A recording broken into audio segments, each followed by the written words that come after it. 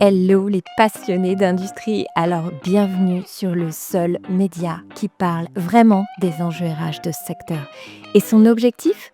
Vous partager des stratégies, des astuces et de l'actionnable pour redevenir l'industrie qui fait envie. Je suis Claire Tenaillot, je suis hôte de ce podcast et fondatrice de Be Wanted. Et mon job? Faire rayonner votre industrie. Je vous aide à structurer votre fonction RH et bâtir votre marque employeur. Ensemble, on élabore des stratégies d'attractivité et de fidélisation des talents qui puissent accompagner la croissance de votre industrie. Mais je ne suis pas seule à ce micro. Chaque lundi, je reçois un invité, dirigeant, DRH ou expert d'une thématique RH pour que vous repartiez avec un shot de bonnes pratiques et de benchmarks. Allez, j'ai terminé, c'est parti pour l'épisode et bonne écoute. Marc-Alain, hello, écoute, cette fois, aujourd'hui, je t'ai avec moi, je te préviens, le but c'est d'ouvrir le capot, je vais te cuisiner, te décortiquer, est-ce que t'es prêt? Prêt. Ouais, t'es prêt? Ouais, sans problème. Ah, allez. Bon, écoute, ici, pas de langue de bois. Alors, comme d'habitude, je te cuisine au travers de 3 questions. 3 questions, un mot, une réponse. À toi de jouer. Alors, qu'est-ce qui t'anime? Qu'est-ce qui te révolte? Et qu'est-ce qui te fait peur? Ce qui m'anime, la relation à l'autre, très clairement. Sinon, tu fais pas ce métier-là. Ce qui me révolte, la malveillance ou la malhonnêteté. Ce qui me fait peur, c'est l'adaptation qu'on va devoir avoir sur ce monde qui change. Ok. Allez, on pose le décor, c'est sympa, on est tous en joie après cette dernière phrase. Alors, écoute, je te propose, tu as un défi, tu te pitches, tu t'auto-pitches en 1 minute. Marc-Alain, qui es-tu, ta vie, ton œuvre? Waouh, Ouais. 1 minute, ouais, c'est court. Écoute, Marc-Alain Mucré, DRH pour la société JPB System depuis maintenant 7 ans. Avant ça, j'ai fait presque 15 années de conseil aux entreprises, notamment TPE, PME, toutes les entreprises dépourvues de RH. Donc les accompagner dans le développement. J'ai aussi fait de la création, de l'aide à la création d'entreprises. Donc accompagner des porteurs de projets, c'est un truc qui est hyper sympa, surtout sur les premiers temps de vie de l'entreprise. On sait que les 3 premières années sont assez critiques.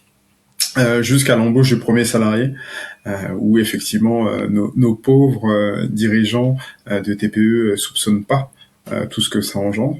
Et donc ça, c'est hyper intéressant. Et puis j'ai eu l'opportunité de rejoindre JPB pour passer de l'autre côté. L'idée était de plus faire que de l'accompagnement, mais aussi de pouvoir me retrouver dans une entreprise où je vais pouvoir développer, construire, structurer. Et c'est typiquement ce que j'ai eu l'occasion de faire chez JPB. Et en parallèle de ça, j'ai quelque chose d'assez atypique, c'est je suis aussi entraîneur pour une équipe de foot féminin dans un club professionnel. Donc là aussi, je peux utiliser toutes les techniques de management pour gérer ce groupe-là, et c'est une super expérience. Ça fait 10 ans que je fais ça, et les deux se mêlent vraiment très bien et se nourrissent vraiment très bien. Et le côté entraîneur et le côté DRH.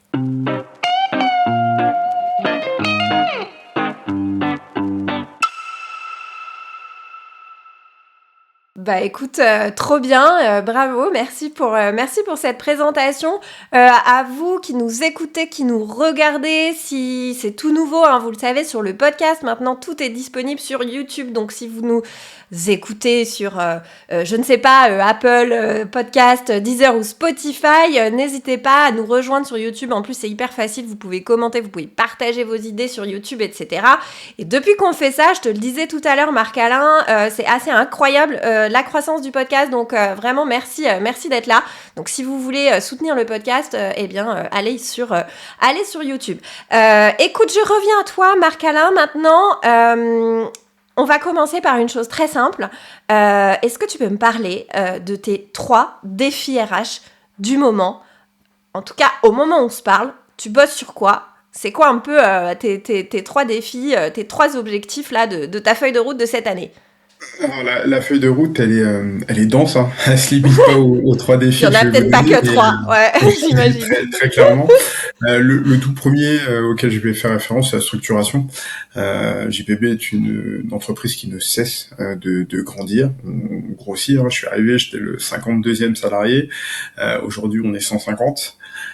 Deux sites, un en France, un en Pologne. Si je rajoute nos collègues polonais, on est plus de 200. Donc c'est assez incroyable comme évolution. On peut largement parler d'hypercroissance. Et donc, eh ben, il faut structurer tout ça. Si on veut que ça continue à grandir, il faut solidifier les bases. Donc, on a déjà beaucoup œuvré en 7 ans, mais cette année, c'est aussi une année un peu charnière où on a pas mal de process à mettre en place pour garantir la continuité de la croissance avec voilà des volumes qui ne cessent d'augmenter. Ok, donc process au sens large, structurer l'ensemble de la boîte, et toi ton rôle ici c'est vraiment d'accompagner cette transformation, ce changement, ou vraiment purement structuration RH, tu vois? Non, non, c'est vraiment d'accompagner la transformation et d'avoir une vision groupe.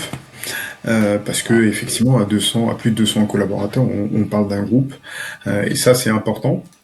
Donc on a des optimisations à faire, on a des processus à créer, on a des départements à créer pour accompagner la croissance. Et donc bah, ça sous-entend de l'orga, ça sous-entend du recrutement, ça sous-entend de la formation. Et ça c'est super intéressant, quoi. Ok. Donc, en gros, enjeu d'accompagnement d'hypercroissance, de passage à l'échelle de JPB. Premier défi, bon, qui Ouais, contient une somme de sous-défis, hein, on est d'accord. exactement, clairement. Deuxième défi. Continuer ce qu'on a déjà entrepris l'année dernière, c'est la digitalisation de nos process. Donc il y a beaucoup de choses là qui sont en cours. On a fait un pari qui avait jamais été fait avant chez JPB. Euh, on a adopté un nouvel SIRH. Et donc, bah, tu le sais, quand on adopte un nouveau software, il y a tout un temps d'adaptation. Donc on a pris le parti d'associer les collaborateurs pour que ça se fasse le plus simplement du monde. Et aujourd'hui, on a un taux d'adoption qui est vraiment très bon. Même les plus réticents se sont laissés Ok. convaincre et l'utilisent de façon vraiment naturelle et native.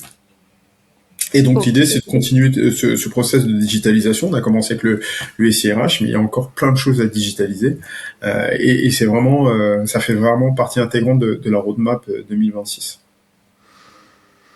Gros défi également. En tout cas, j'imagine que sur 2025, ça a dû être un sacré challenge, bon, sur lequel il faut capitaliser, continuer de bosser comme tu le soulignes si bien. Mais j'imagine que 2025, vous avez dû un peu essuyer les plâtres. Un petit peu, mais c'était hyper intéressant. Le challenge était hyper intéressant. On a commencé le 2 janvier et donc on a ajouté des briques au fur et à mesure. Ouais. Tu vois, on a fait là cette année nos premiers entretiens individuels via cette plateforme-là, ce qui avait jamais été fait auparavant. Donc, on va en tirer tous les rétextes possibles Et pour c'est quoi, du coup, continuer à...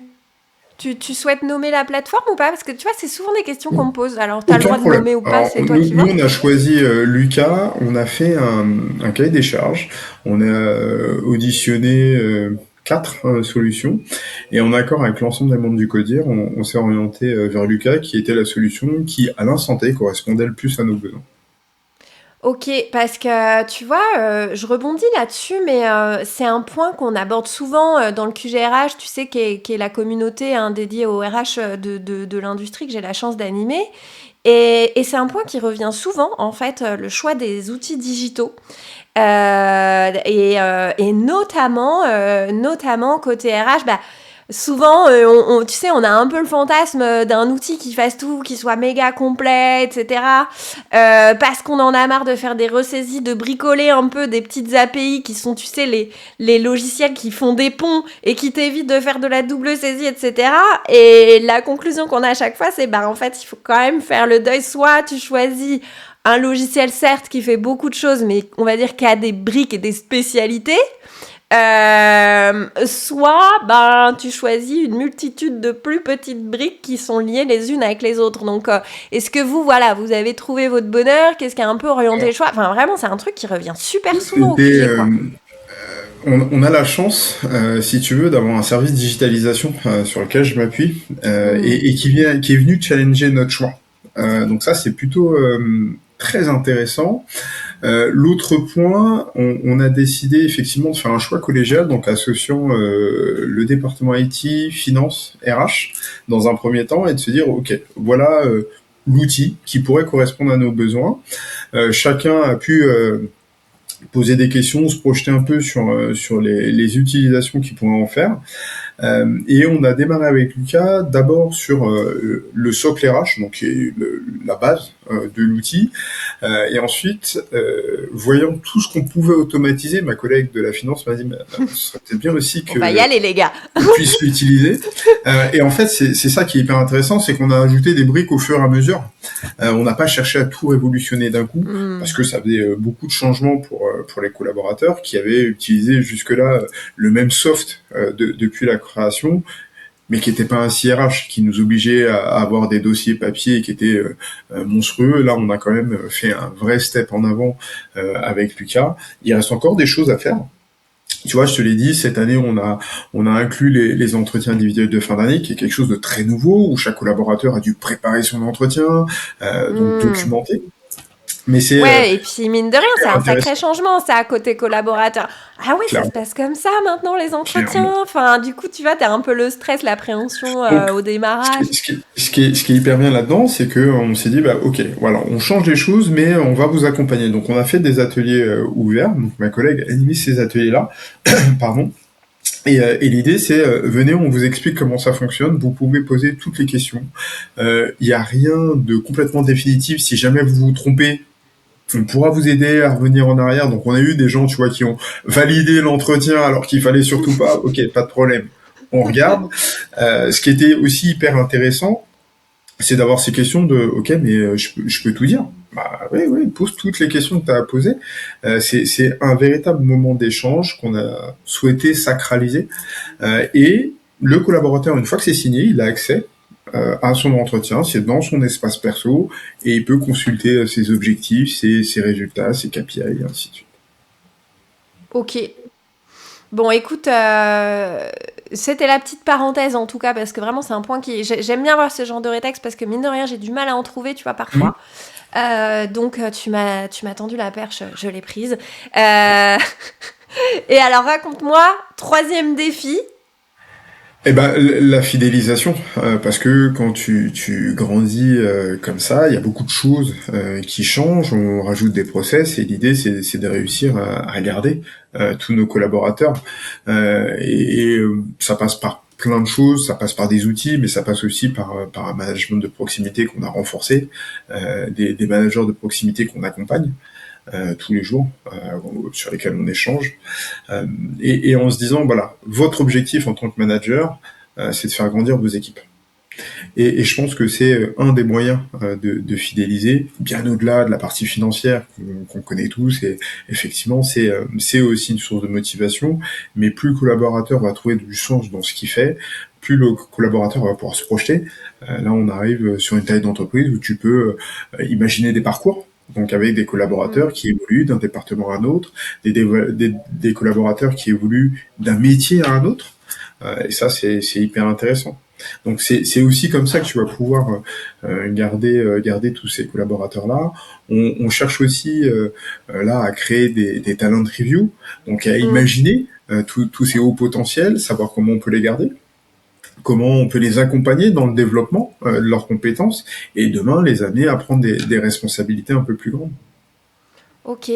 Donc sur cet item-là, si je récapitule, en gros, bosser la culture managériale, développer les compétences managériales, accompagner les managers, Clairement. gros package management, c'est Clairement, ça? ouais. Ouais, ouais. C'est vraiment ça. Ah ben, et ça passe par plein de choses, des études de cas, donc Mm. des choses qu'on a pu rencontrer, qu'on partage entre managers, pour voir un petit peu comment chacun pourrait réagir. Ça passe par de la formation. Aujourd'hui, toutes les personnes amenées à prendre des responsabilités managériales se voient distiller une formation, donc par un organisme extérieur, et souvent en compagnie d'autres managers de départements différents, ce qui permet de confronter les visions, ce qui permet aussi d'apprendre à se connaître, et du coup, en filigrane, de commencer à tracer, tu vois, la ligne d'une politique managériale chez JPB. C'est quoi un manager chez JPB? Hmm. Et vous avez pas... alors pareil, c'est un sujet, tu vois, on n'avait pas forcément prévu de creuser ce sujet, mais on a dit qu'on allait un peu dans l'impro, On y Marc-Alain, va. et je sais que tu me suis. Et de la même manière, tu vois, c'est une des dernières questions qui a été posée sur le QGRH d'une entreprise industrielle qui était en train de repenser, tu vois, un peu l'accompagnement de ses managers. Euh, et notamment vraiment cette dimension formation. En gros, elle expliquait, voilà, aujourd'hui je vois bien, on a un parcours de formation qui dure 2-3 jours, mais je vois bien que c'est pas suffisamment solide, on a du mal à trouver nos marques, les managers se sentent pas assez accompagnés, etc. Donc toi, concrètement, là-dessus, t'as commencé par bosser sur quoi? Est-ce que peut-être c'était déjà en place? Tu vois, combien t'as de managers dans les équipes? Pardon, je te pose 15 000 questions, mais si tu peux nous déblayer, tu vois, un peu le sujet, ce serait trop bien. Aujourd'hui, on a presque un peu plus d'une quinzaine de managers, membres du CODIR y compris. Et ce qu'on a commencé par faire, c'est de les former, tout simplement. C'est de prendre une formation assez générique sur le management pour que tout le monde ait les mêmes bases. Et Parce que pardon, management appliqué à l'indus, en prod, ou tu vois, parce que c'est pareil, après, tu vois, t'as plein de choix. plutôt orienté industriel. Quand on a fait notre cahier des charges, on a donné le contexte et l'écosystème dans lequel on était. On a expliqué tous les liens qu'il pouvait y avoir et les interdépendances qu'il pouvait y avoir entre les différents départements, ce qui fait que des fois, effectivement, tu as un manager qui va vouloir servir les intérêts de son département, mais ce qui est ultra naturel. Bien sûr. Mais ça doit pas être au détriment de l'entreprise et de Et la de la vision. chaîne de valeur, ouais. Mm, Exactement. mm. Donc tout ça a été rappelé pendant les formations et aujourd'hui l'idée c'est d'entretenir tout ça. Voilà, j'ai eu ma formation à ma prise de fonction. Comment je fais moi pour continuer à progresser? Donc l'idée, là encore une fois, c'est quelque chose auquel on réfléchit sur 2026, c'est de mettre en place des sessions entre managers où ils vont pouvoir échanger avec, pourquoi pas, l'intervention d'un coach en fonction des problématiques qui peuvent être remontées, en fonction des besoins aussi. Ça, on y est tout à fait ouvert, mais c'est de pouvoir arriver sur un peu de l'analyse de pratique. Alors, sans Mm. aller, sans dire un gros mot, mais l'idée, c'est de se dire, voilà, j'ai rencontré cette situation, voilà comment j'ai réagi, donc je me mets un petit peu à nu en tant que manager face à mes pairs, comment vous auriez réagi et se nourrir un peu de tout ça. Ouais, donc un peu créer et entretenir la culture du feedback, quoi, finalement. Oui, Enfin, ouais, voilà, clairement. les faits, tu vois, le ressenti. Enfin, on est dans de la culture du feedback, finalement, qui t'amène et qui développe ta ligne managériale Exactement. sur de l'amélioration continue, tu vois. Clairement, enfin, tu me tends une perche et je la saisis. Mais prends-la. L'amélioration continue est un de nos défis 2026, puisqu'on recrute un responsable amélioration continue. Et là, encore une fois, c'est un vrai changement de mindset pour les gens. C'est de se dire, j'ai quelqu'un qui va challenger ce que je fais aujourd'hui dans le but de m'aider à m'améliorer. Donc, faut que j'accepte le constat, faut que Mm. j'accepte les pistes de développement auxquelles j'aurais pas pensé en me disant, c'est pas grave. L'idée, c'est comment je fais mieux. Tout simplement. Et c'est un vrai changement culturel, ça, tu vois, dans pas mal de Oui. boîtes. Parce que, en vrai, ce que tu pointes du doigt, c'est un peu, ça développe la culture de l'humilité, tu vois. De se Oui. dire, parce que c'est pas facile de se dire, ah merde, on n'a pas tout fait bien jusque-là, tu vois, mais c'est ok. En fait, on Clairement. va juste progresser. Et du coup, aujourd'hui, la fonction Amélio continue, ouais, t'es pas, c'est une création de poste en tout cas, quoi. Exactement. C'est une Ok. création de poste. Elle est liée au directeur des opérations qui nous rejoint et qui est très branché amélioration continue. Et en fait, on a coutume de dire chez JPB que c'est quelque chose qui est un peu naturel, génétique. C'est vraiment dans l'ADN de JPB de faire l'amélioration continue. Mais jusque-là, on s'était jamais arrêté dessus pour savoir comment on le structure, comment on s'en Mhm. sert comme un véritable outil qui anime cette thématique-là. On se rend bien compte qu'il faut que ça soit quelqu'un d'à part entière, ça peut pas être quelqu'un en responsabilité d'un département, c'est quelqu'un qui va être vraiment transversal et on rencontre des super profils. Enfin, moi, c'est un process de recrutement qui me plaît énormément parce que tu rencontres des super profils qui se posent des milliards de questions tout de suite et Mhm. qui ont une vision assez pragmatique de ce qui pourrait être amélioré. Donc c'est vraiment des gains immédiats, c'est du quick win et c'est ça qu'il faut faire adopter aux gens, c'est de se dire regarde, en faisant comme ça, voilà les gains que tu peux en tirer. Mais bien sûr. Bien sûr, puis c'est ça qui fait adopter la démarche, hein. Clairement. C'est d'abord le quick win et puis le step by step quoi. Ok les gars, enfin les gars les filles, hein, mais on va gravir l'Everest, mais marche après marche quoi. Ah ouais, clairement. Mais Clairement. donc C'est vraiment ce qu'on veut. Ouais. donc un recrutement en tout cas sur lequel tu t'éclates quoi. Oui, oui, oui, qui est toujours en cours et qu'on espère finaliser là sous peu Bon bah pour écoute, pouvoir accompagner les défis. Si avis jamais aux on a des responsables candidats, Amélio continu avec qui grand nous plaisir. écoutent. Je sais que j'en ai quelques-uns. Ok, écoute, super intéressant. Et si on revient à ton défi justement d'accompagnement de la croissance, je trouve que c'est un sujet qui est hyper intéressant.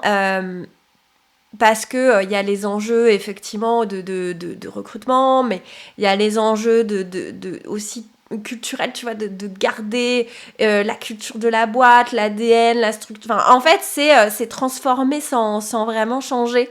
Donc, c'est hyper dur de trouver le bon équilibre. Toi, comment t'as fait? Enfin, la question est un peu générique, mais c'est quoi ta vision de ce type de transfo? Tu donnerais quoi comme piste de solution, tu vois, à des RH, à des DRH qui sont en pleine croissance là? Il y en a pas mal. Euh, on a d'abord fait un état des lieux avec les membres du CODIR. On a fait un état des lieux sur qu'est-ce qu'on fait, qu'est-ce qu'on sait faire et surtout qu'est-ce qu'on veut faire. On a un objectif qui est de doubler le chiffre d'affaires, voire de le tripler à 5 ans.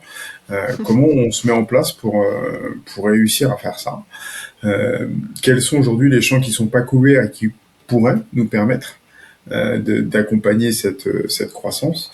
Est-ce qu'il y a des départements aujourd'hui qui sont à créer? Est-ce qu'il y a des compétences qui sont à recruter? Donc, on a, si tu veux, dans le même temps, remis à jour notre master plan en disant voilà, aujourd'hui, le plan pour Hmm. pouvoir atteindre l'objectif, c'est ça. Est-ce qu'on a en face de chaque action un leader et un sponsor? Oui, non. Ah. Si on n'a pas, ok. Donc Est-ce vraie que approche en mode projet, clairement, enfin ouais, clairement, ok. et c'est alors ça nous prend énormément de temps. Tout ça parce que tu viens confronter des idées hein, dans les membres du CODIR.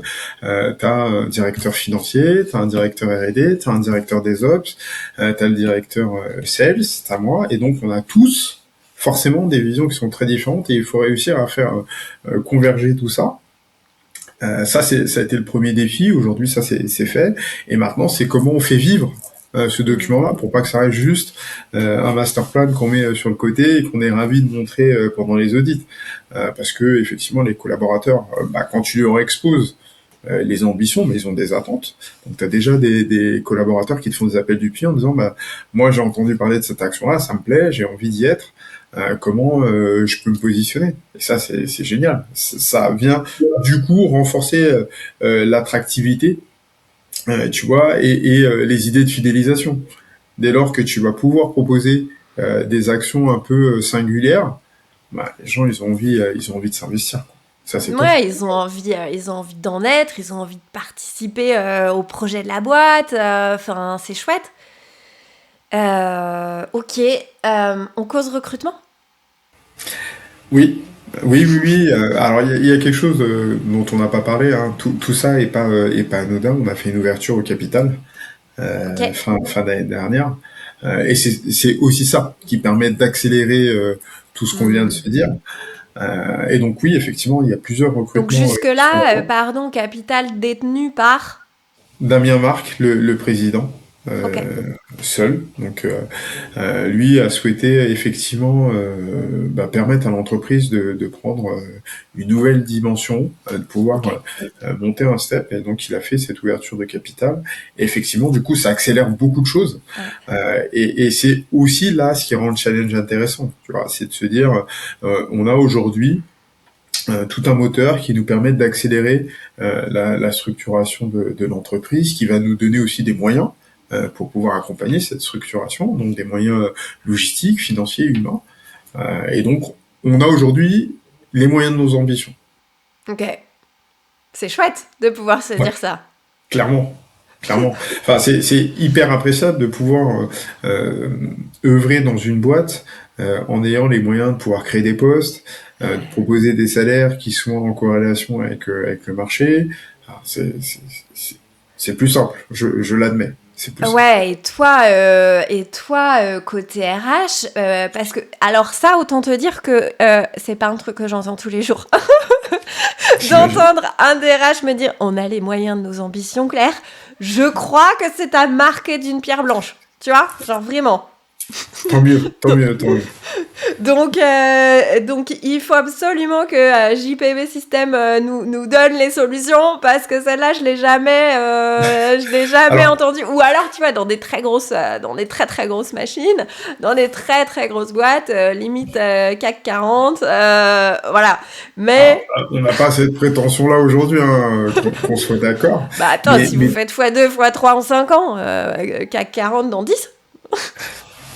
peut-être. En tout cas, on n'y est pas fermé et on a la chance, tous autant qu'on est, hein, que ça soit collaborateur, manager, membre du CODIR, président, d'aimer le challenge et de vouloir pousser la boîte le plus loin possible. Donc ça, Ouais. c'est top. Quand tout le monde tire dans le même sens, c'est génial. Ça, c'est génial. Et je pense que du coup, avec tout ce que toi, t'as vu auparavant, enfin, lorsque t'accompagnais des entreprises dans ton rôle de conseil, ça doit te... Enfin, là, c'est une dimension plus perso, mais... Enfin, ça doit te changer la vie, en vrai. Ouais, Tu vois? clairement, Et clairement. tu... De passer, comme je te disais, de passer de l'autre côté, en fait, de plus être celui qui accompagne et qui dit aux dirigeants, bon, ok, faut recruter, dirigeant qui fait ses calculs et qui dit, waouh, niveau salaire, ça risque d'être un peu plus compliqué pour moi. Et donc, tu as souvent ce paradoxe de se dire, bah, je vais pas pouvoir proposer un salaire mirobolant, mais en même temps, il me faut des compétences avérées. Hmm. C'est toujours très très compliqué, donc le choix est pas simple. Là aujourd'hui, effectivement, on a la chance de pouvoir attirer des profils très singuliers, des profils avec de l'expérience. On a aujourd'hui des profils qui viennent de grands groupes et qui nous rejoignent et qui apportent toute leur expérience. Donc ça aussi, ça aide à la structuration, hein, d'avoir des regards extérieurs Hmm. avec des process auxquels ils ont été confrontés dans les grands groupes qu'on transpose en les adaptant, mais qu'on Ouais. transpose quand même chez nous. Euh, donc c'est plutôt intéressant aussi. Il y a pas de choc des cultures si tu veux. Ça se Ok. fait plutôt naturellement. Il y a un temps d'adaptation et ça bien sûr, hein, faut pas mentir là-dessus. Mais dès lors que les gens et les collaborateurs voient l'intérêt, ça se fait très tranquillement. Et du coup, justement, question attractivité, est-ce que ce que tu sous-entends, c'est que vous avez su adapter les niveaux de salaire, du coup, aux attentes du marché. Effectivement, les compétences sont rares et précieuses. C'est un actif, hein, essentiel pour une entreprise. Est-ce que tu sous-entends aussi que tu peux déployer des actions, tu vois, toi, côté RH, en termes de marque employeur, en termes de campagne de développement, enfin, tu vois, est-ce que tu peux creuser un peu là-dessus ou enfin, voilà, un peu les choix, tu vois, que vous avez fait pour accompagner cette croissance en termes de budget attractivité. Je suis pas sûre qu'il y ait une ligne Ouais, budget attractivité, mais... j'ai envie de te dire les deux. On fait à la fois des actions qui sont qui sortent de l'ordinaire. On en parlait la dernière fois. Tu vois, nous sur le Bourget, quand on fait les salons du Bourget, on vient avec un kakémono et on affiche les offres qui sont à voir. On fait des entretiens en direct. Et ça nous est arrivé effectivement de faire des promesses d'embauche directement sur le salon. Parce que dès lors qu'on croise un profil qui semble avoir toutes les compétences, on n'hésite pas à le faire. C'est un salon sur lequel on a capté plus de 200 CV parce qu'on a une communication qui est hyper atypique. Donc tu peux aller le voir sur les réseaux. La marque employeur, elle se développe bien. Aujourd'hui, comme je te le disais, on arrive à attirer des profils qui étaient dans des grands groupes et qui n'hésitent pas à venir rejoindre une PME en croissance. Avec toujours ce sentiment assez dingue de dire waouh, j'ai jamais eu ça en fait. Et j'en ai été un des premiers concernés. Tu vois, on Mais oui, du coup. Ok, dans quel écosystème je suis? C'est assez dingue. Alors c'est très influencé par la personnalité de Damien, pour qui voilà, on n'a pas à rougir. On a des compétences, on a un savoir-faire, on y va les gars. Il y a rien d'insurmontable. Donc la marque employeur elle est très orientée autour de tout ça, très orientée aussi autour des valeurs humaines. L'homme est hyper important chez nous. Alors il y a beaucoup de digitalisation, de robotisation, mais il y a aujourd'hui des compétences, on parlait d'IA, il y a des compétences qui vont avoir du mal à être remplacées par l'IA, très clairement, des métiers très techniques. Je pense aux techniciens d'usinage, je pense aux soudeurs, je pense aux techniciens de l'assemblage. Ils n'ont pas fini C'est un d'avoir du boulot, savoir-faire. hein. Non, c'est un savoir-faire dont on a besoin. Même si l'IA peut les aider. On peut Ouais, bien optimiser sûr. des process sans problème. Mais c'est des compétences dont on a besoin. Donc il y a eu La aussi... compétence métier en elle-même, elle ne changera pas, hein. Clairement. Donc effectivement, il y a eu cette étude au niveau des salaires pour voir si on était bien aligné. Donc on s'est aperçu qu'on ne l'était pas forcément, que le marché avait progressé plus vite que nous. Donc il fallait là aussi qu'on fasse des efforts en termes de salaire pour rester attractif, tout en sachant qu'on est entouré par 2 sites Safran, donc Ok. qui est un vrai concurrent Direct, quoi. géographique, Ouais. hein, Ouais, direct. tu m'étonnes. Mais pour Donc autant, c'est la là, compète, vous vous arrachez les CV, quoi.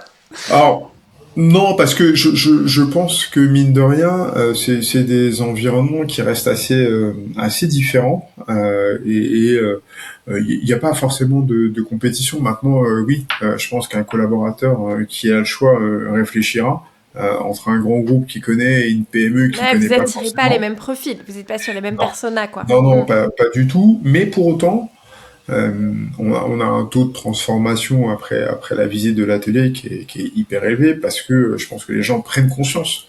Et j'avais encore ces discussions-là avec un candidat qui me dit wow, c'est la première fois où je fais une visite, les gens ne savent pas qui je suis, donc ils savent pas si je suis un client, un prestat, un candidat. Et pour autant, tout le monde, sans exception, m'a dit bonjour. Et ça, c'est des choses auxquelles on tient énormément. Le savoir-vivre en entreprise, c'est hyper important et ça fait partie de ta marque employeur, ça fait partie de tes valeurs aussi, quoi. Et question, toi, au service RH, tu es tout seul ou Non, tu as une non, non, équipe? depuis presque 2 ans, j'ai avec moi une collaboratrice, donc qui est HR Business Partner, et c'est pas un poste qu'on a choisi au hasard, parce qu'effectivement, on s'est aperçu que la notion de business partner, elle est excessivement présente.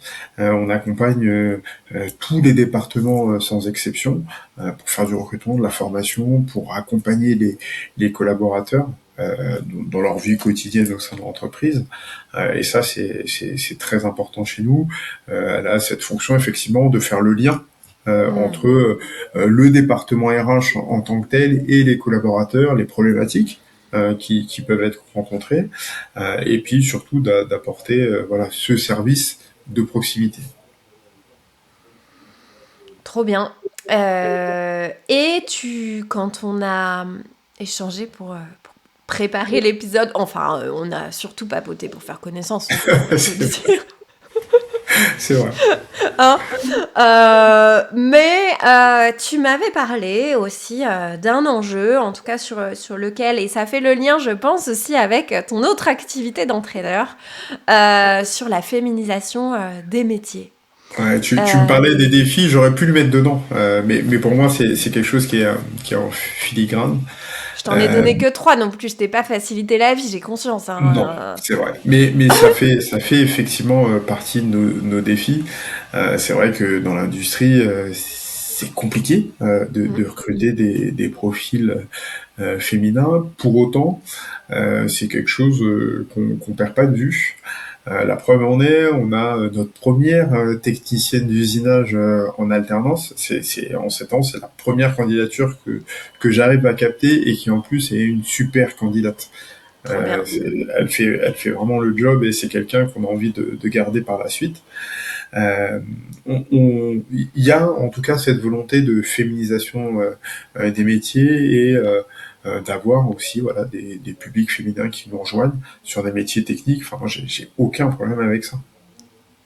Ok. Donc en tout cas, ouais, je pense qu'il y a toujours hein, un vrai sujet sur les métiers techniques, sur l'accès aux métiers scientifiques, tu vois, techniques Clairement. scientifiques, dès le plus jeune âge, pour nos filles. Enfin, moi, j'en ai pas, mais, Mais mais t'as entièrement raison, hein. T'as entièrement raison, et c'est quelque chose qu'on n'hésite pas à promouvoir quand on fait nos visites. On a pas mal aujourd'hui de scolaires qui viennent visiter. Et c'est vrai que sur les classes techniques, t'as que très peu de filles. c'est fou, hein. Et donc notre salarié en alternance sur la partie usinage, on l'a capté comme ça. Elle est venue visiter l'entreprise Ah ouais, et à la fin, elle me dit, waouh, c'est ici que j'ai envie de faire mon alternance. ok, trop bien. Donc ça, c'est top. Et on se rend compte que ça permet aussi d'abattre un grand nombre de préjugés. Ça lui a permis de se rendre compte, bah oui, il y a des femmes dans l'atelier, qu'elles peuvent travailler sans aucun problème avec des hommes. Elles ont les mêmes responsabilités, il n'y a aucun souci là-dessus. Ouais, puis après, tu vois, la difficulté, en fait, il faut créer des rôles modèles dans les boîtes, en fait. Enfin, c'est-à-dire que moi, je me mets à la place de ces jeunes filles, de ces ados, là, en quête d'orientation. T'arrives dans un environnement, tu vois pas une seule femme à poste de travail. Bah, en fait, c'est naturel, tu t'identifies pas, quoi. Enfin, Ah, je tu suis vois, 100% d'accord. il y a, 100% déjà, il y a, il d'accord. y, a, il y, a, il y a juste cette barrière de, bah, j'y pense pas, je le conscientise pas, mais du coup, je me projette pas. Enfin, Ah, clairement. Clairement, et du coup, mon job, c'est aussi d'aller dans les établissements scolaires et de dire, nous, on recrute. On recrute ouais. des publics féminins sans difficulté. Sans difficulté. Et donc, c'est vraiment pour moi le seul critère dont on va tenir compte, enfin les deux seuls critères, c'est savoir-faire et savoir-être, sans se soucier de public masculin ou féminin. Ouais. Si effectivement la collaboratrice a toutes les compétences pour pouvoir occuper un poste, on y va. Oui, pas de sujet. Ah ouais, aucun. Mais il n'y a Il pas n'y de a débat, pas de on y sujet. va. Ouais, ok. Et là, c'est les journées usines ouvertes, hein, prochainement organisées par les arts et métiers. Vous participez à l'opération ou vous ouvrez, vous, naturellement la boîte Alors, nous, régulièrement on ouvre naturellement.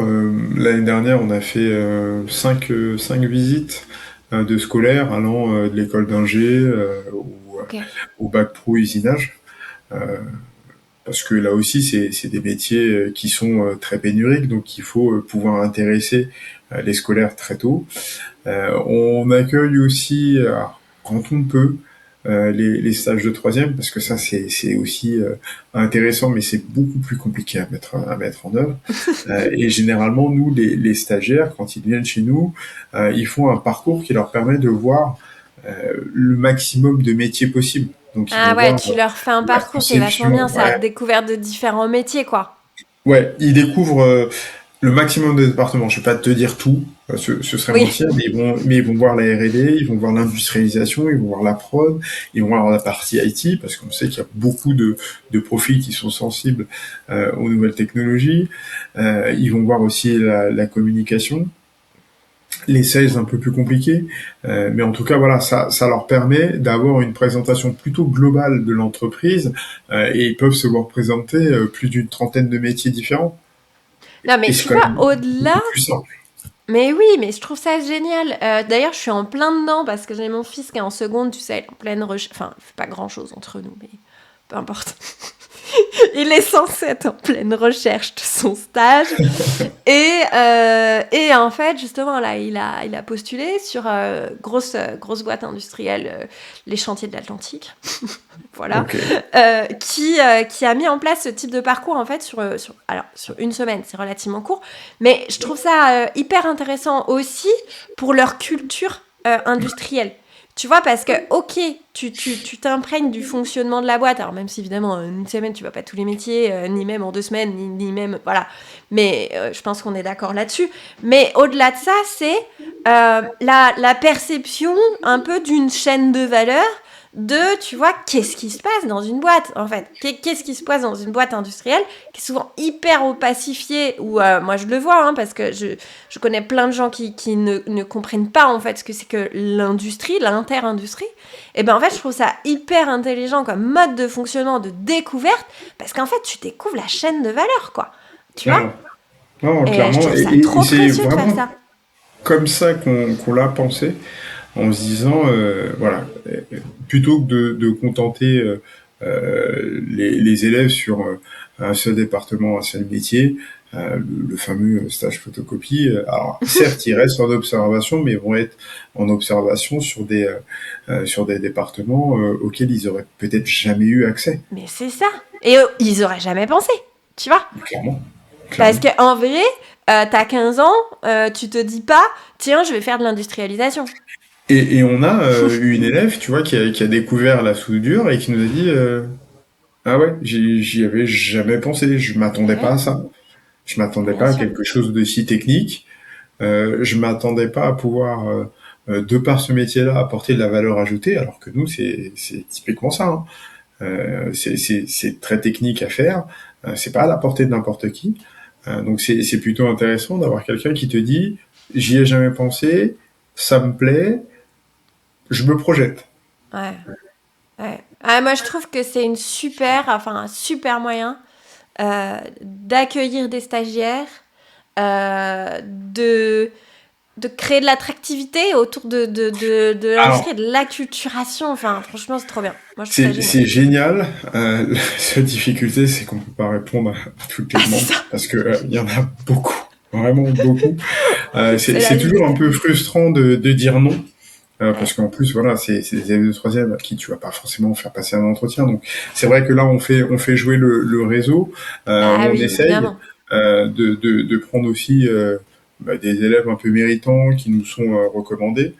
Parce que là aussi, pour les équipes, il y a rien de pire que d'avoir un élève qui est intéressé par rien. C'est du temps qu'elle passe. On Tellement. limite ça. Je dois admettre que là, on a plus trop ce genre de ressenti. On l'a eu par le passé avec des élèves ouais, qui n'étaient pas forcément intéressés et à qui on a dit mais c'est une chance.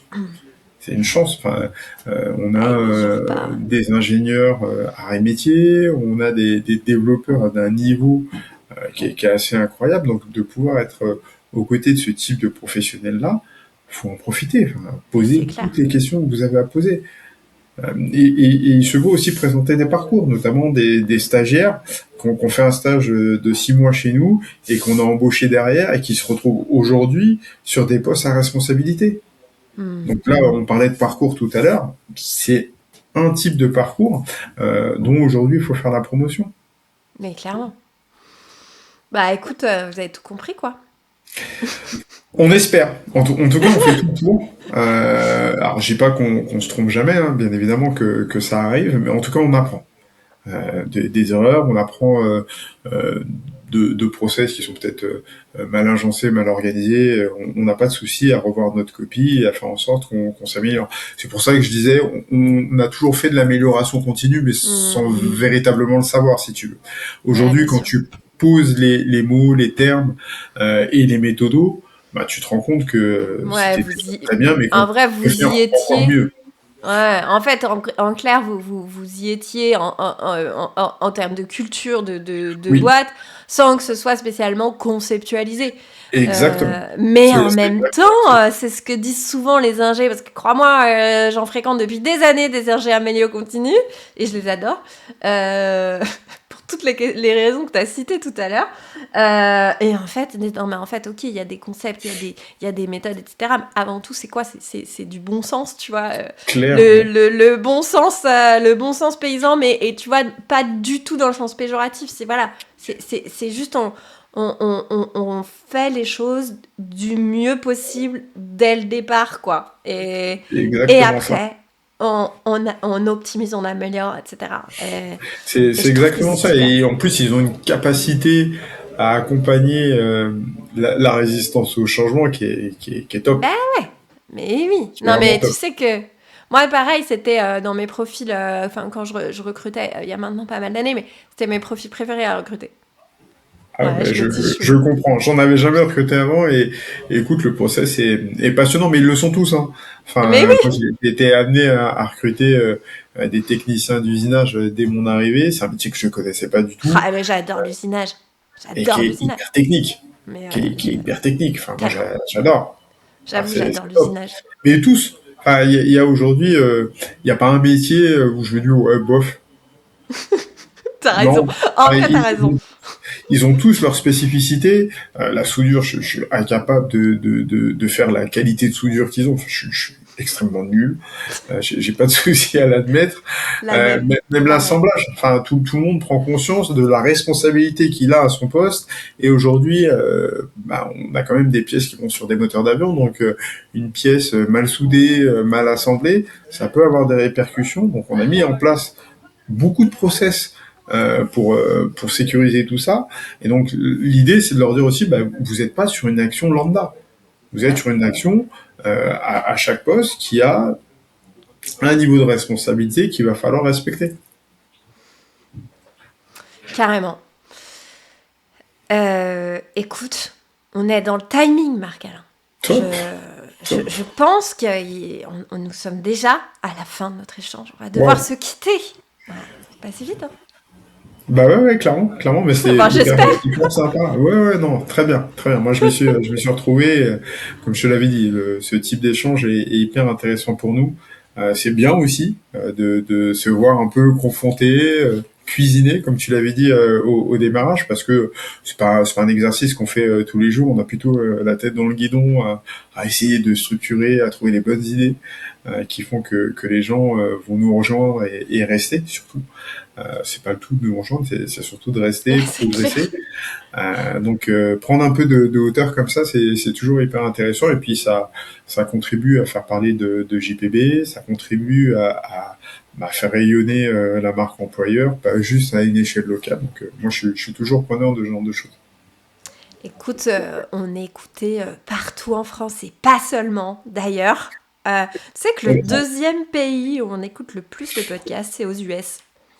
D'accord. Bah écoute, Dingue, hein? on passe aux US, donc j'irai à mon collègue Tim faire la promotion du podcast. Ça lui donnera l'occasion de voilà d'écouter le français, de continuer son apprentissage. Donc je suis Eh preneur. ben, écoute, je suis très surprise, hein. Je t'avoue que je suis très surprise que le deuxième pays, ce soit les US. Je ne sais pas pourquoi. Voilà, je ne l'explique pas. Mais peu importe.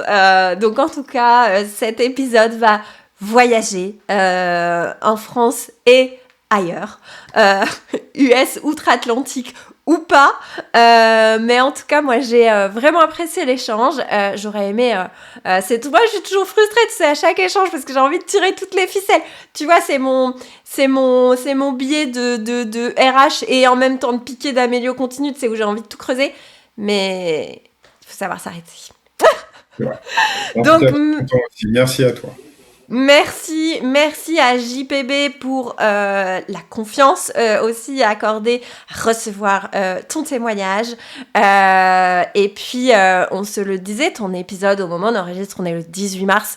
Ton épisode sort, si tout va bien, en post-prod le 30 mars. Donc, peut-être qu'on pourra se croiser sur Global Industries parce que donc, le 30 mars, ce jour même, je serai à Global Industries et j'espère en tout cas t'y retrouver. Dites-nous en commentaire si vous avez apprécié cet épisode, faites-nous part de vos questions, recommandations, idées, etc. On prend tout. Si vous êtes là à Global, venez me voir, faites-nous signe. Avec plaisir, on sera présent aussi sur Global. Bon, génial. Merci Marc-Alain, je te souhaite une belle journée, puis je te dis à bientôt. Merci Claire, à bientôt. Au revoir. Bye. Encore merci de nous avoir écoutés. Il est temps de se retrouver lundi avec un nouvel invité. C'était Claire Tenaillot, fondatrice de Be Wanted, et vous venez d'écouter un épisode de l'industrie qui fait envie. Bon, pour être certain de ne rien manquer, pensez à vous abonner, que ce soit sur Spotify, Deezer ou Apple Podcast. Surtout, pensez à laisser un avis 5 étoiles pour lui donner de la visibilité. Allez, à bientôt sur l'industrie qui fait envie.